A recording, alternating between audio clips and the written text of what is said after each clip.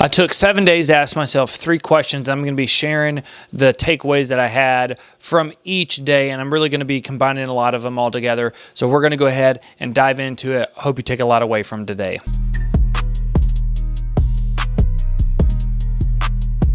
Welcome to the Daily Effort Podcast. My name is Sam. If it's your first time listening, welcome. If you've listened before, welcome back. I always appreciate all of you taking time out of your day to listen. And the main purpose of this podcast is really to give you the things that I put into practice in my own life so that you can level up, lead yourself well, reach the goals you have in life, and then also inspire and lead others at the same time. Now, when it comes to the episodes, I'll be releasing an episode every single Monday at 5 a.m. Central Time on YouTube, Spotify, and the Apple Podcast platform as well.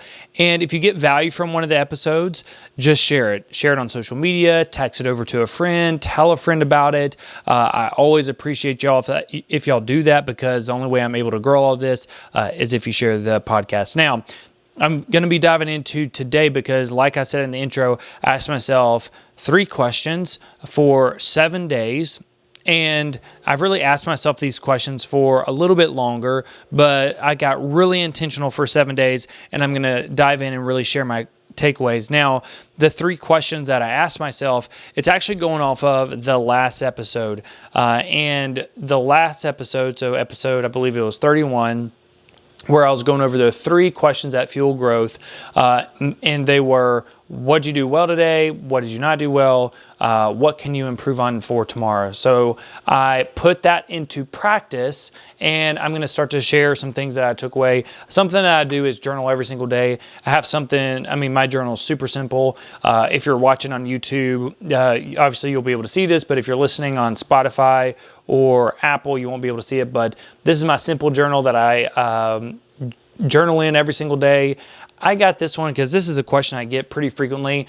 I got it from Barnes & Noble, and I really like it because it's super simple. All it has is just like regular pages in it, like that I can just write in, super thick. Amy, my wife, found it when we were browsing there one day, so I decided to get it, and it's been very, very useful, and I'm probably not even halfway through it.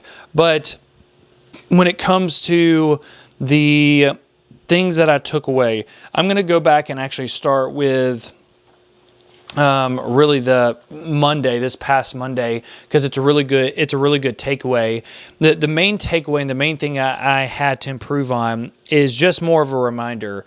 Remember, inaction is going to cause your fear to grow. Action will automatically destroy your fear. And this might be something that you've heard before or you haven't heard before, but I was in a meeting and there was an answer to a question that I knew, and I was answering all the previous questions in my mind, but I didn't answer the question because to me, I was like, well, what if I'm asked a question and I really don't know it and I look kind of silly? And that alone held me back from just answering the question, even though it was a very, very easy question. And it just showed me that, well, 2 things. One, now going back into a scenario like that, if I do not attack and take action to speak up, to answer questions, well, then the fear is going to continue to grow. And then therefore I do not move forward. But then secondly, the thing that it also shows me is that regret is always going to weigh heavier on you than anything else out there. Regret is the worst thing that you can have on your mind. Regret is the worst thing that you can experience, to look back and realize that you did not take full advantage of an opportunity. And that's one of the last things I want to do in life, is look back and say, well, I wasted a whole bunch of opportunities and didn't turn out to have the life that I actually wanted. It's the last thing that I actually want. And that's the last thing that any of us want, is just regret. It's something that sucks, but that's something that I set out to improve across the week, is how can I make sure that I speak up, don't let fear hold me back, even if I'm a little hesitant. Okay, I'm going to give my best shot, and then if I need to be corrected, who cares? Oh well, doesn't really matter, because I don't want to live with regret, because regret is one of those things that will just crush you and completely destroy you mentally and make it a lot more difficult to execute a lot of times. And then also, but will make it a lot more difficult to execute consistently on things is really, if you don't take that step out and attack that fear is going to grow and grow and grow and grow. And it's going to get so big in your mind, not in real life, in your mind. And then therefore it's going to hold you back from actually taking a step and moving forward. And therefore you don't reach the goals that you want. So that was the first super simple takeaway that I had that day. But then one of the big things that, and I'm going to mesh these two together because this happened two days during the week, or really one takeaway is from Tuesday, one takeaway was from Wednesday. But one of the best things that you can do is take inventory of your negative thoughts. And why I say this, because we have to remember that our thoughts will lead to emotions. Emotions will lead to actions. Actions then create habits. Those habits create our reality. So it's one big loop. Our reality then, or the reality we make up in our mind at times, will create some thoughts. Then there will be emotions. Emotions lead to actions. Actions will create more habits. Habits will create our reality. And this is why, and this is going to tie back to my first point about fear. So much of the time we start to have these fearful thoughts or these negative thoughts, and we don't even realize that it is starting, and it will create these negative habits that do not move us towards our goal. And most of the time what it actually does is it will cause us not to take the action necessary to create the correct habits. So therefore, we don't get the reality that we want. We have this, we just automatically have a self-fulfilling prophecy. That's how all of it works. So if you see yourself and you're like, man, I don't understand why I'm not moving forward, what's going on? Well, I encourage you, how many negative thoughts compared to positive thoughts do you have on a daily basis? Do you tear yourself down more than you build yourself up? Now, I understand that you can't just automatically will yourself into thinking at times just positive things, and then boom, you reach your goals. It's because you could think positive thoughts and not take action, and you're not going to reach your goal. I know people like that, so you got to be careful. But what I'm saying is, if you are starting to catch yourself thinking negatively all the time, that should automatically be a trigger to stop, flip it into positive thoughts. Now, how you do this tactically though, because at times you're not just going to be able to flip things to being positive right out of the gate. The thing that you typically have to do, you have to give. And what I mean by giving is you have to give back to someone else. It can't be something for you. You have to be selfless. You have to take the focus off yourself, because most of the time when you are negative and you have these negative thoughts, and I've seen this for myself, I'm focused on me, not other people. So you have to take some time to start focusing on other people to shift the focus outward, and then automatically shift things in the right direction. Now, why I said I was going to tie these 2 points together as far as the negative thoughts, and then the other takeaway is revisit your why. Revisit your why consistently. There was a time this past week where I was just really tearing myself down, just negatively, and just stuck in a bad mental headspace. And the first thing that I did was okay, I feel, keyword there, feel. I feel like there's so much going on. I feel overwhelmed. I feel like I'm not going to get to my goals. Keyword there, feel. It's not reality, technically. So what did I do? I automatically sat down and was like, okay, well, why did I start working in this direction with my life? Where am I wanting to go? Why am I wanting to do those things? And it all automatically recentered me on everything that I wanted to do. And then that is where I started to look to see, okay, well, I'm having all of these negative thoughts. Well, I need to start making sure that I need to flip it to a positive side of things and start to give back to people more. So then I start to move in the direction, make sure that I still move in the direction that I actually want to go. So those so far are just automatically some heavy hitters, heavy takeaways from early on in the week. Number one, just remembering that inaction is going to grow fear. Action will cure fear and get rid of fear. Then secondly, revisit your why on a regular basis. And when you do that, it'll automatically recenter you and help make things a whole lot simpler and help you move in the direction that you want to go with your life. And then third thing as well is watch the negative thoughts. If you are automatically thinking negative thoughts, we have to remember thoughts lead to emotions, emotions lead to actions, actions create habits, habits create our reality. And we're just some of the choices that we make. Where we are right now, it's just because of all the decisions we've made in life up until this point. And that's why we have to take ownership over our life to go in the direction that we want. So those are the first three things that I have. Then from there is, this is a big one, is a lot of times,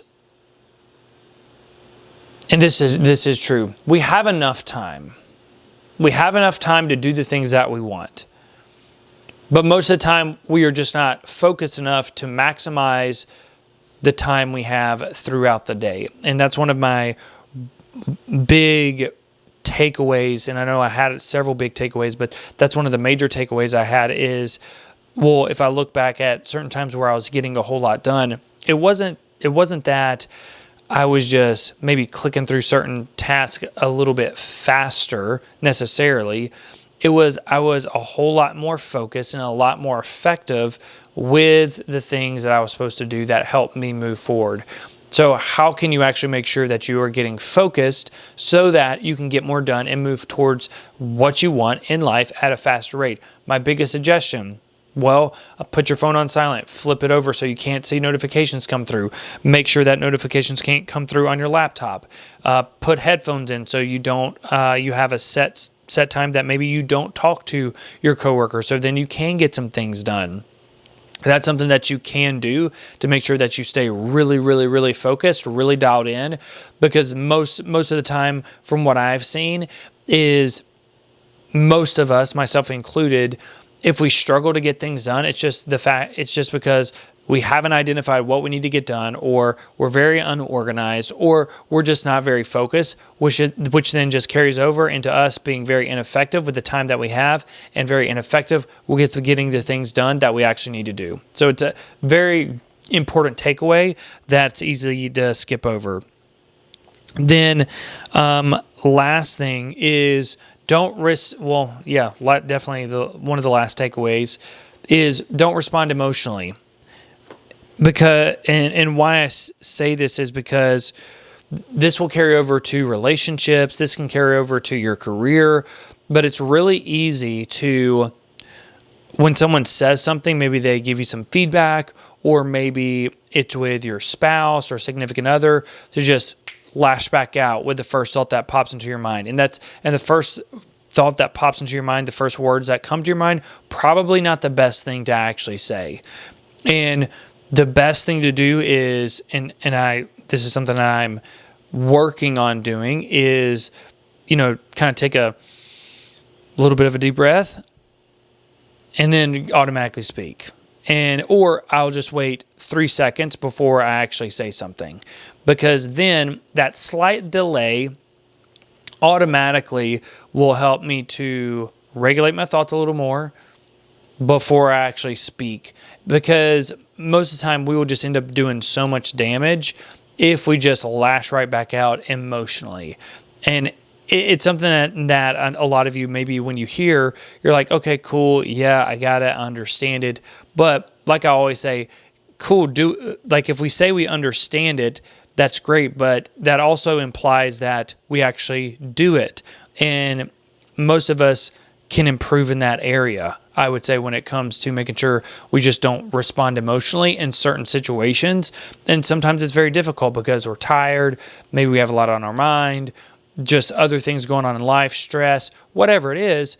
We have to make sure that we slow down and just think about what we're going to say before we actually say it. Most of us will just want to, and I'm really bad about this, automatically just say stuff without putting much thought into it. And we need to actually slow down and make sure that we are thinking before that we speak. So these are these are the takeaways that I had, and these are the things that I worked on to improve across the last week. And if you're wanting to improve your life, if you're wanting to reach certain goals that you have to be intentional with things. You can't just show up and go and do things. You have to decide, okay, I am going to get better at, maybe it's a certain skill set, or maybe it is a specific, specific thing in life. Whatever it is, doesn't matter what it is. You have to make sure you show up with intention and then actually execute, because this little exercise, just 7 days, then these 3 questions: what did I do well? What did I not do well? What can I improve on? It just showed me there's so many opportunities for improvement, but we actually don't take time to recognize them on a daily basis and then get intentional about fixing them so we can move forward and improve our life and improve the lives of other people around us. So going back through these takeaways, number one, make sure that you don't let that fear grow.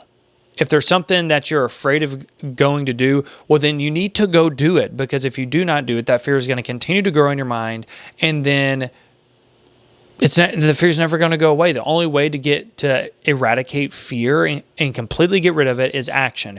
Going and doing the thing that you're afraid of. Could be public speaking. It could be asking someone out. It could be whatever it is. Doesn't matter. Action cures fear. Then make sure you identify your why. You revisit it, and then also making sure that, going back to my other point that I had, audit the thoughts. Are you having more negative thoughts or more positive thoughts? We're going to have negative thoughts, but the goal is to make sure that we are more in the positive rather than the negative, so then we get the positive outcome that we actually want. And then making sure we have focus time. We focus in, dial in. We have enough time to do the things that we need to. We're just not focused in order to get it done. And then don't respond emotionally. Make sure that we're taking a second to think about what we want to say, so that we really don't damage a relationship or do something that we would regret later. So those are the takeaways that I have. I hope this was valuable. Make sure you like, comment, subscribe, share the show. I would greatly appreciate it. And like I said, I always say before, when it comes to the comments, I always love reading them, always love engaging with y'all. And then if there's anything that I can do for any of you, please reach out, let me know. I am happy to help you out. But other than that, have a fantastic day, have a fantastic week, and God bless.